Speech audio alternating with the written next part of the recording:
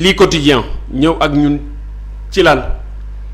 Pastef ou la coalition Diomaye tranche Pastef wala coalition bi Diomaye jël na position de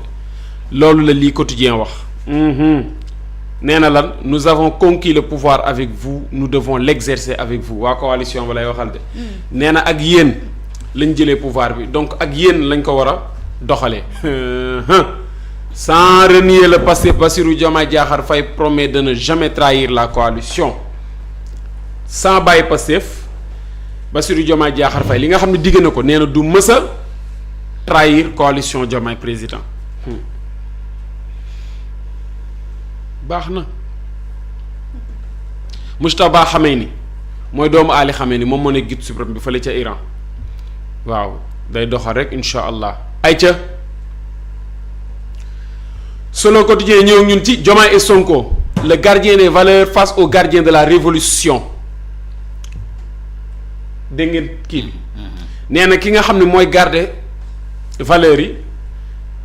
war a jàmmarloog ki nga xam ne mooy garder révolution bi Sonko la ak Diomaye yéeme na de Moujtaba Khamenei guide suprême doomu Ali Khamenei la Petrosen wax na nag joxe na ay assurance waaw ay ndëgër laay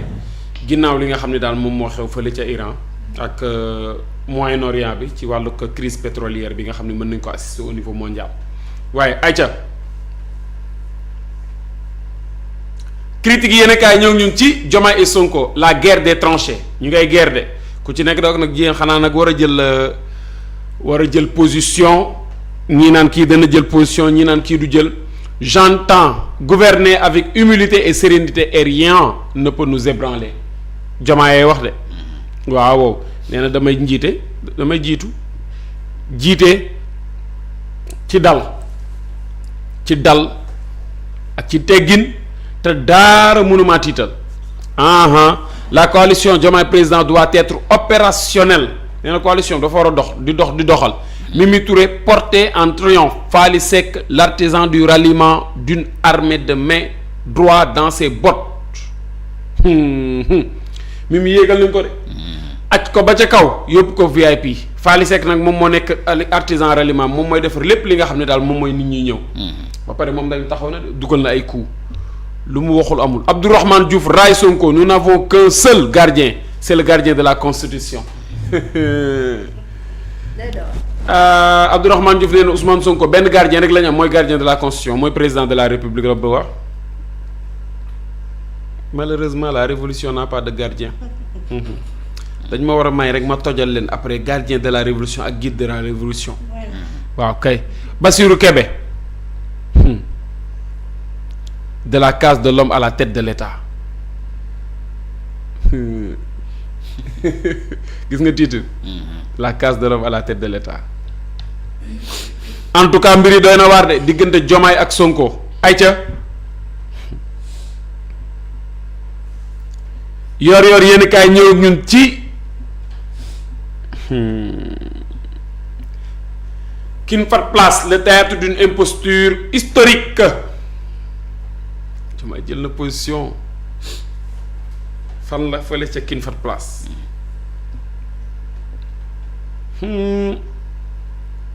waaye nag elmat parti awale nit ñaa ngay démissionné de waaw xam ngeen parti awale waaw mooy bu Abdourahmane Diouf nit ñaa ngi démissionné de ñu bëree ngi démissionné toogatuñu de borom télécentre yi nee na ñoom am nañ fépp xaw ma ay télécentre xaw ma nu mu ko waxee noonu moom parteem Abdourahmane Diouf parteem gaa yi ngay démissionné di dem ayca Direct News ñëw ñun ci ab laaj daf ko samp de Sonko partira ou partira pas nee na ndax Sonko dana dem wala du dem guéguerre entre deux gardiens Diomaye appuie sur la gâchette Diomaye moom fi mu taxaw fa la taxaw nee na nag ab guerre la ab confrontation entre ñaari gardiens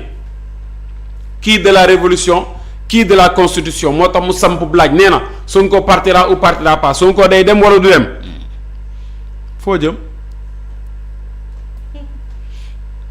nag xale boo xam ne am ni foo jëm Sonko fu mu jëm. Ce qu'on craignait risque d'arriver la guerre entre le gardien de la constitution et celui de la révolution nee na lañ doon bañ ak di ko ragal suñu moytul mu ñëw de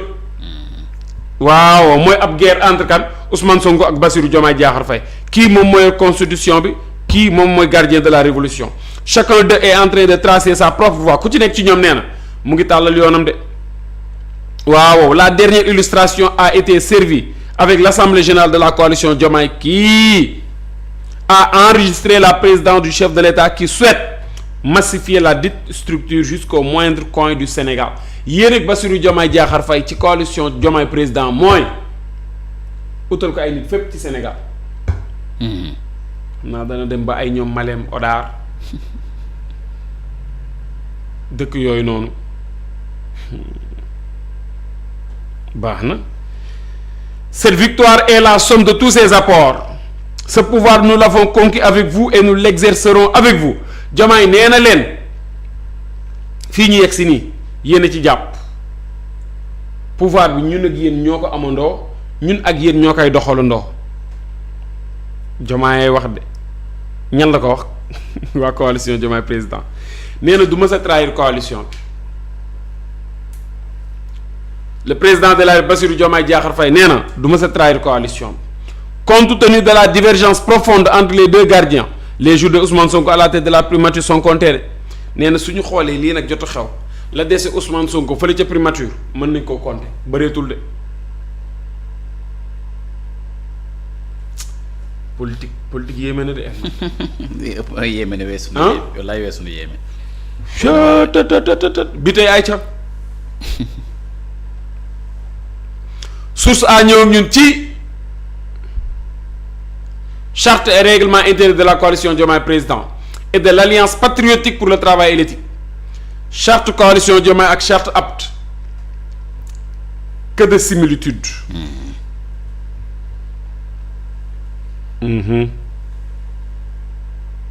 nee nañ xaw nañ duróol la comparaison des textes qui régissent la coalition Diomaye président et la coalition apte de Sonko révèle une proximité idéologique et organisationnelle évidente entre les deux formations politiques ñaari formation politique yu wute la waaye la nga xam ne moom lañ teg ci ay charte ci ay textes xaw nañoo méngoo de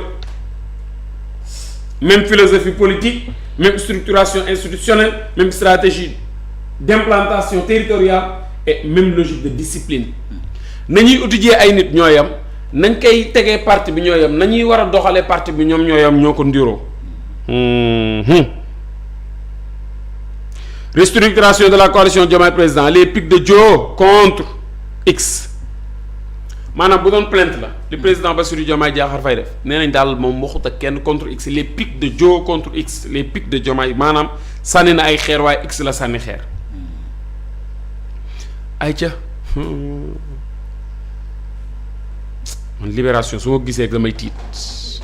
comme Aïssatou bu jëlee point boobu rek noonu lay tiitee libération yéen kaay ñëw ñun ci la gendarmerie débusque un système de sexe payant elmat ñoo xam ne dañ doon sàkkonte ba pare ñenn ñi ñu leen di fay maanaam genre prostitution la face cachée de l'affaire Pape Cheikh Diallo et compagnie la nga xam ne nëbbu na ci affaire Pape Cheikh Diallo bi ak ñi nga xam ne ñoom lañu ci ànd cueilli à Dakar Saliou Diallo révèle qu'il était prostitué de Pape Cheikh Diallo et de Ibrahima Majib Seck en tant que ubbi mooy ku jigéen bi waaw yoos mooy ku góor Saliou Diallo de nee na ñii dañ ko doon fay di ko sàqu di yegg ci moom il le paie pour être les yos lors de sàqonte bi rapport sexuel nouvelle vague d'arrestation am na ñeneen ñu arrêté fan fële ca Saint-Louis entre la brigade de recherche et la section de recherche après le placement sous mandat de dépôt de 8 homosexuels 8 ci ñoom laal nañ leen mandat de dépôt waa réew mi moom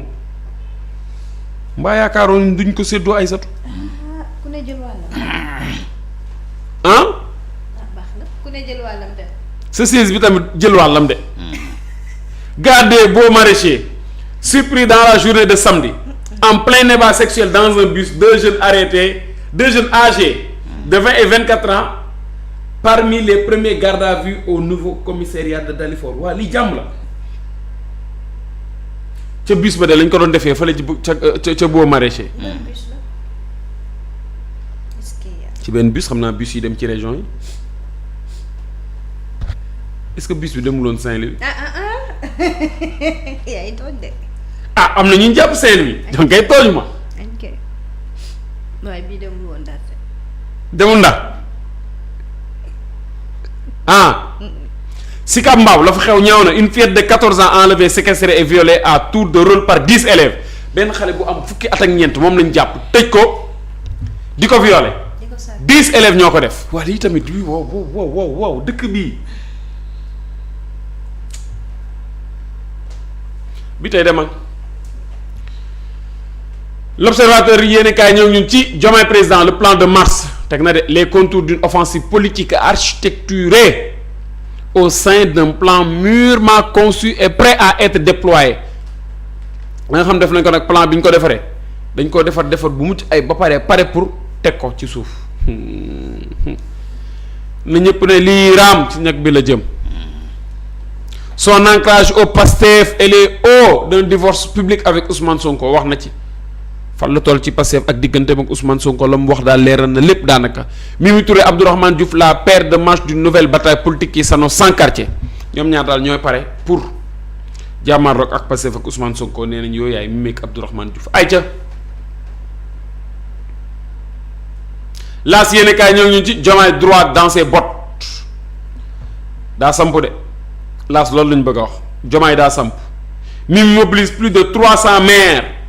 pour réélire Diomaye en 2029 lu toll ci ñetti téeméeri maire la Mimi indi ngir lan ñu fal président Bassirou Diomaye Diakhar Faye 2029 ah bon yàlla baax na.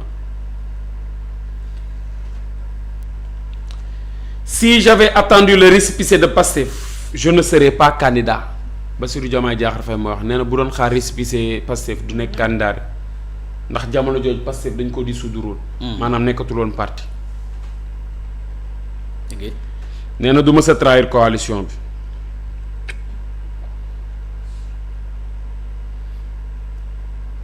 waa Pastef Tivaouane moom ñoom nee nañ moom ñu ngi ci ginnaaw Ousmane Sonko. ayca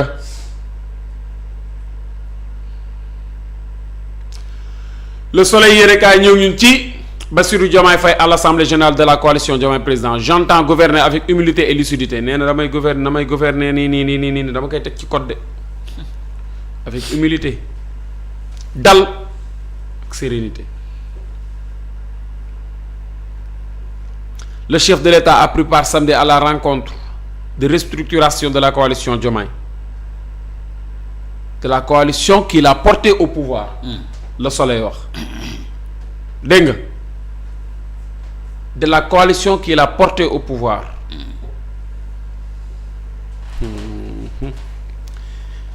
Il réaffirme son ancrage dans le Pastef, prône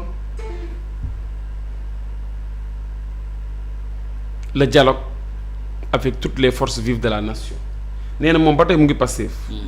waaye woote na waxtaan nag ñépp toutes les forces vives de la nation la woo ci waxtaan.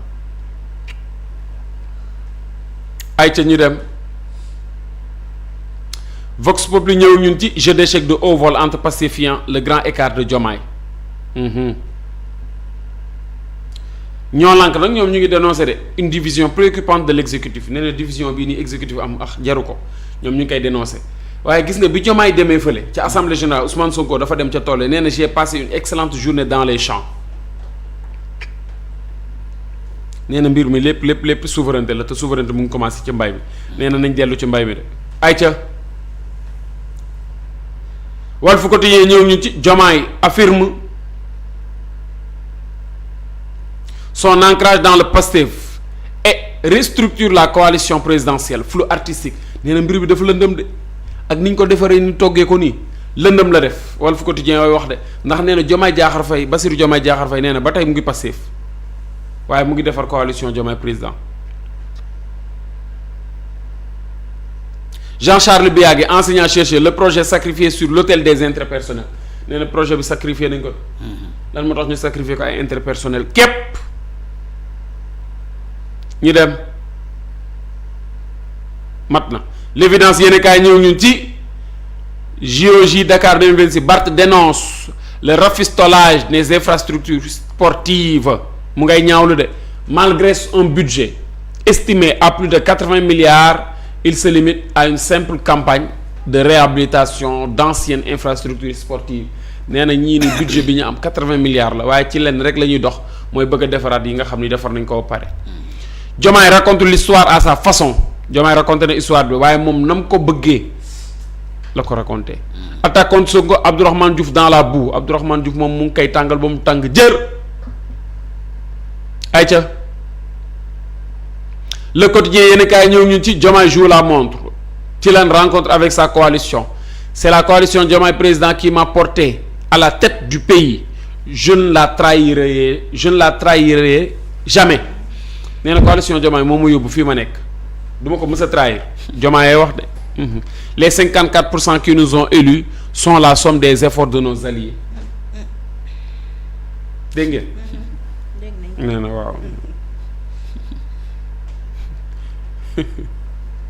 sur que ñoo ngi ci. rentrée politique de la coalition Diomaye président rentrée politique la wax effectivement. beau titre. Diomaye Faye trace sa ligne de conduite teg na ligne de conduite am de. je ne trahirai jamais la coalition nee na du leen trahir de une coalition qui soutient l'action du président ne pas être atome maanaam coalition dafa war a di yëngu de di yëngal di def bruit personne ne peut effacer mon travail à Pastef nee na sama liggéey ci Pastef kenn mënu koo dindi ayca Tribune nee na Diomaye ak Sonko l'inévitable rupture lu mënta ñàkk la de faaw mu am waaw Pape Cheikh Diallo et Madjib Seck sont mes partenaires passifs j'ai couché avec eux à plusieurs reprises waaw lii tamit jàmm la demal merci bi tey kenn xamul lii lan la. est-ce que yàlla suñu borom. ay sotti doxalal. gasi de ay waay fi nga jeexalee de baaxul alors mbokk yi ñu dellusiwaat bu baax a baax ginnaaw revue des titres bi nga xam ni professeur Sougou jàngal nañu ko fësal nañu ko itam rek ci information yi dañuy dem nuyu ji suñu moom mooy en attendant rek ñu ñëw ci suñu sujet yi xaar itam rek Serigne mu daal di yegsi ci plateau bi ñu tàmbali waxtaan wi moomoo timitu nuyu nañu ko moomoo Ngenaar moomoo Nene Mbaye moomoo Mahimadou Diallo moomoo Sihi Tamba moomoo Ndeye Ndoye Seck moomoo Aïssatou Mbaye moomoo Aïssatou Tambérou moomoo Soxna Fatou Mbacké moomoo Germaine Aïna moomoo Assoto Babou moomoo Libo Ndiaye moomoo Fatima Niang Cissé nuyu nañu ko ak moomoo Ramatoulaye Thiam moomoo Ramatoulaye Diallo moomoo Mariam Boukari Fall ak moomoo Nabou Dieng ca Cambérène